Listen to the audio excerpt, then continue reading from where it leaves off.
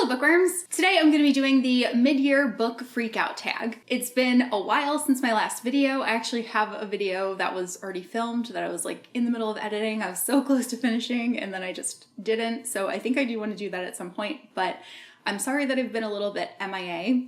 The thing is, Andrew and I have a pool and I really love the summer. So a lot of times, like on the weekends when we're not working, I want to spend my time in the pool or walking around like some kind of really nice area. Like we have a lot of really nice parks and arboretums and botanical gardens on Long Island, and that's like my favorite thing to do. So I've just kind of been indulging in that and I haven't really wanted to be inside, but I do really want to do this video because I feel like I've done this one every single year and it's just a really great way to kind of check in with yourself about how your reading year is going, see where you are, decide what your goals are for the rest of the year. And I always enjoy watching these too. So anyway, here we go. So the first question is the best book that you've read so far in 2023. And for me, that is Yours Truly by Abby Jimenez. I really love Abby Jimenez. She has become a favorite author of mine this year. This is the second book after Part of Your World, and I just absolutely fell in love with it. It's a romance book. We are following a protagonist who works in an ER and she starts kind of like a romance. Well, actually she starts fake dating another doctor in the ER, and that doctor has anxiety, and I just really related to these characters. I really loved them, and this was definitely my favorite read of the year so far. Next is the best sequel you've read in 2023. So this is where the sci-fi and fantasy books come in, and I have two books for this question. So the first one is Golden Son by Pierce Brown. As you guys know, I just absolutely fell in love with the Red Rising trilogy this year. I'm so excited to continue on with the rest of the books. I binge read these, all three of these in a month, and I'm just like beyond obsessed. So I need to start with the like second age of things. The next one's Iron Gold, and we have Lightbringer coming out in just a couple of weeks now. So I think I'm gonna wait a little bit until we're closer to the absolute final book coming out, but man, these were a good time. And the other one that I have to mention is Rhythm of War by Brandon Sanderson. I really loved this installment of Stormlight Archive. I actually think it's my second favorite book in the series after Words of Radiance.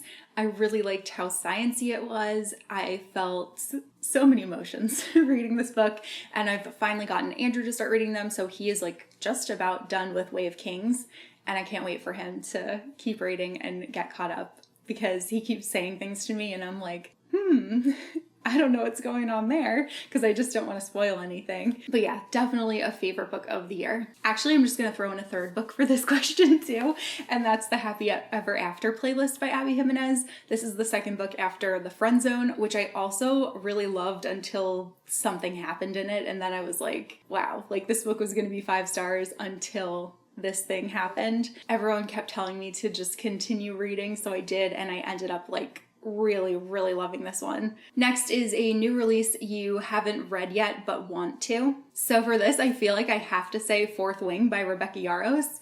That book just like blew up. It's impossible to get. I'm kind of thinking that I'm just gonna read a digital copy soon.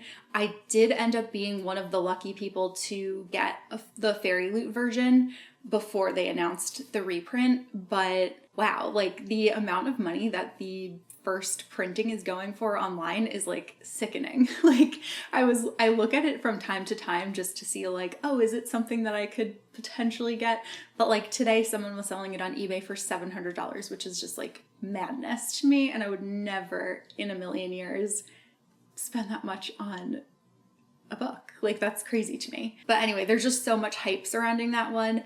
Seems pretty divisive. People either really love it or really dislike it. I feel like I'm going to end up on the side of loving it just based on other people in the book community who have enjoyed it that I usually have similar tastes to, but I'm excited to like get it and see for myself. Question 4 is your most anticipated release for the second half of the year. So again, have a couple of answers for this one. The first one being Bookshops and Bone Dust by Travis Baldree, and I actually am lucky enough to have just gotten a NetGalley copy of this one, so I'm definitely gonna be reading it soon. I cannot wait to revisit this world and to see another adventure that Viv is gonna be going on. It's actually kind of like a prequel to Legends and Lattes. That was such a fun, cozy fantasy. I just like adored it, and and I'm so excited to be getting more. Another one on that list is Swordcatcher by Cassandra Clare.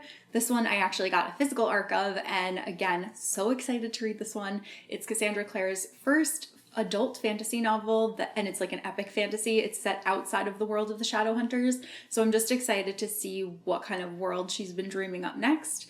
I think it has the potential to be a new favorite for me. And yeah, I can't wait to dive into it. And then the last one I'll mention is The Fragile Threads of Power by Victoria Schwab. This is the continuing series, but also first in a new trilogy set in the same world as Shades of Magic. And I'm really looking forward to this one. I really enjoyed the Shades of Magic trilogy. It's been so long since I've read it, and I'm actually planning on rereading it along with some other booktubers, so more info on that coming soon. But I can't wait to see... Ooh, my phone was not on silent. But I can't wait to see what is next for this world. I don't like the new covers. I do like the UK cover. I like that it stayed within the same theme, but still really excited to read the book. Question 5 is biggest disappointment, and I have a couple for this question too. The first one is Still Just a Geek by Wil Wheaton. This I listened to on audio in the beginning of the year, and Wil Wheaton had come out with this. It's like his memoirs, and it was called Just a Geek. He re-released it, but he went back and annotated his memoirs and kind of like updated them. My dad's calling me. Sorry about that. My dad called me. He was supposed to go on the boat to see fireworks, but now there's supposed to be thunderstorms, so now the plan is changing. So anyway, back to the video. Wil Wheaton annotated his memoirs that he had previously released in order to kind of make apologies for things that he said in the past that aren't really accepted today. And while that definitely is appreciated that he could go back and kind of revise some things, it was also like really frustrating to listen to because he didn't make a blanket apology, which is a good thing, but it felt like after every sentence he just was like apologizing, and I was like, I can't handle this. Like, it's just too much. I didn't like it. I liked the parts where he talked about Star Trek. I couldn't handle it. It seemed very whiny to me. Another disappointment was Night Flyers by George R.R. Martin. I actually watched the TV series version of this and I really enjoyed it. However, the book was just like not good. It was really short. It was a novella, so that's why I finished it, but I did not like it. It was weird. Also on the list is The House Across the Lake by Riley Sager. So this one, like, I kind of had a love-hate relationship with. Like, it was so quick and easy to read, so that kept me going. But the plot was just so like beyond outrageous that I just couldn't stand it. I was like, what is even happening here? I was having a lot of fun texting my friend Cassie, who had already read it. I was texting her all of my theories, and everything that I would say, she would be like, nope, not crazy enough. So at one point I threw something wild in there, and then it ended up being like kind of close to what was happening, but did not like it. And don't want to spoil things, obviously, but it really frustrates me. This is the second one of his thrillers now where there's an inner monologue that is not truthful. And like, I don't understand why an inner monologue would not be truthful. I could understand if a character was like lying in a conversation, but if you're like reading what someone's thinking, it doesn't make sense to me that that would be a lie. It just feels like a big plot hole. And then last on my disappointments is Upgrade by Blake Crouch. I loved Dark Matter, so I've been really wanting to read more of Blake's books, and this was his newest one, and I got it from the library, but I was pretty disappointed with it. I felt like it was like really boring, and I just didn't care about the characters. There were like a couple of things that were interesting, one of them being the locations in New York City, but overall I was just like extremely disappointed. I think I gave that one like 2 stars. Question 6 is biggest surprise. So for this one, I'm actually going to answer it a little bit differently. I'm not going to tell you a book that was the biggest surprise, but what I am going to tell you is that the 2 or 3 biggest surprises so far, according to my reading spreadsheet, and also just general feeling, is first of all, one of my favorite things that I've been doing this year is just rereading books that I love on audio. I feel like that's been so fun.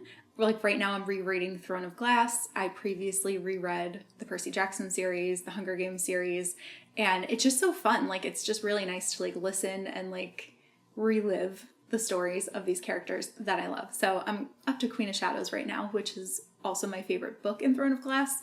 And yeah, that's been really fun. And then the other two biggest surprises are that I was looking at my spreadsheet and I've actually read like 75% adult books this year, which is awesome. Like I remember years and years and years ago in the past when I would read like 95% YA books, and I was always like, oh, I really want to read more adult books, and I've obviously gotten there. I'm curious to look back at my spreadsheet from last year and see how much, like what percent of adult I read last year, but 75% seems like really high, so I'm glad about that. And then the other one is that I've been reading like everything on ebook on my Kindle. I really have not been reading physical books at all, which is so unusual for me. I think I'm at 90% digital and like 10% physical.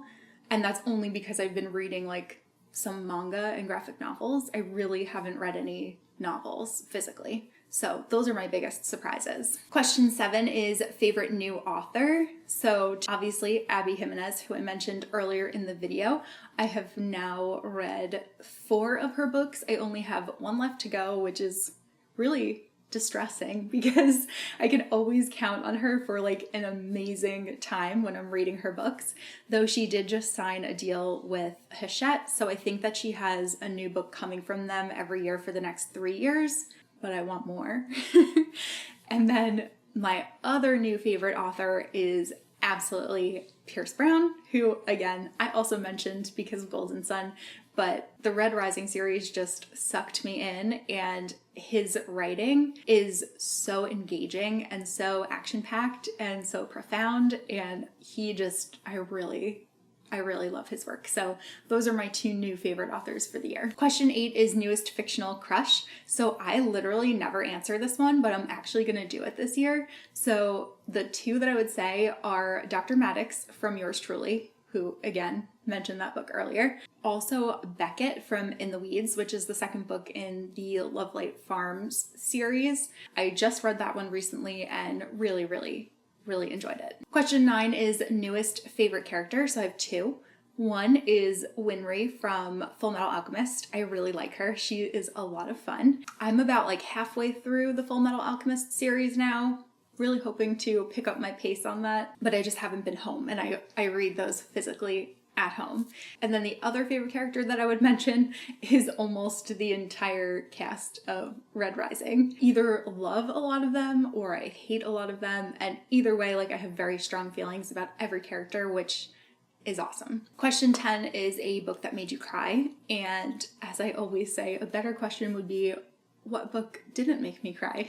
Because I cry a lot while I read. Question 11 is a book that made you happy, and I'm gonna repeat here and say the Happy Ever After playlist. I really was just so pleased with the character arc of Sloane. It was so nice to see her reclaim the things that she loves and deal with her grief while learning to live her life again. Question 12 is favorite book to film adaptation that you've seen this year. So I have 2, but one of them is kind of cheating. Actually, just kidding, they're both kind of cheating. The first one is the 2nd season of Vox Machina. I thought the 2nd season was amazing. Like I really enjoyed the 1st season, but the 2nd season, so good. And that is adapted from Critical Role, which is a Dungeons and Dragons weekly show. And then the other one that I would say is The Last of Us, and that was actually adapted from a video game, and actually one of the people in it was from Critical Role, but I really love that adaptation. I just got completely sucked in. I'm so excited for the 2nd season.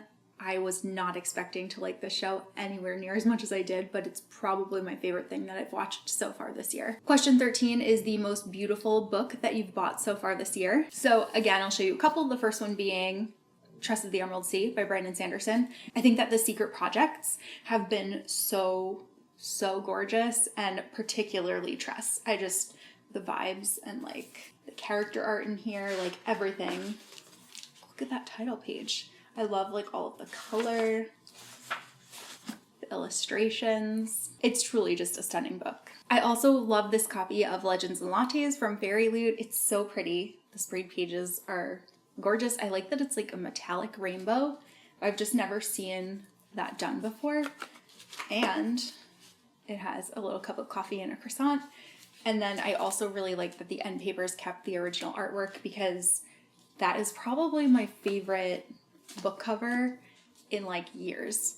And yeah, I just love it. I think this is a gorgeous addition. And question 14 is, what books do you need to read by the end of the year? So I already mentioned Fourth Wing by Rebecca Yarros. That is high priority for me. I also really want to get to Ship of Magic by Robin Hobb. No, I still haven't read that one yet. The Atlas Paradox by Olivia Blake. I really want to read that so that I am ready to go for the Atlas Complex when that one comes out in the beginning of next year. And I also finally want to read House of Sky and Breath by Sarah J. Maas, because I have not yet done that either.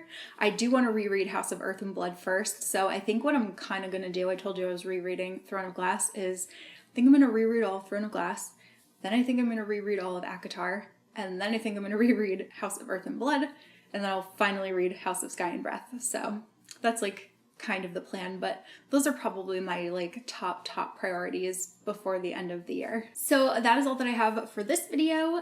Thank you guys so much for watching. Good to catch up. It's been a little while. Hopefully I will see you again soon. But yeah, bye.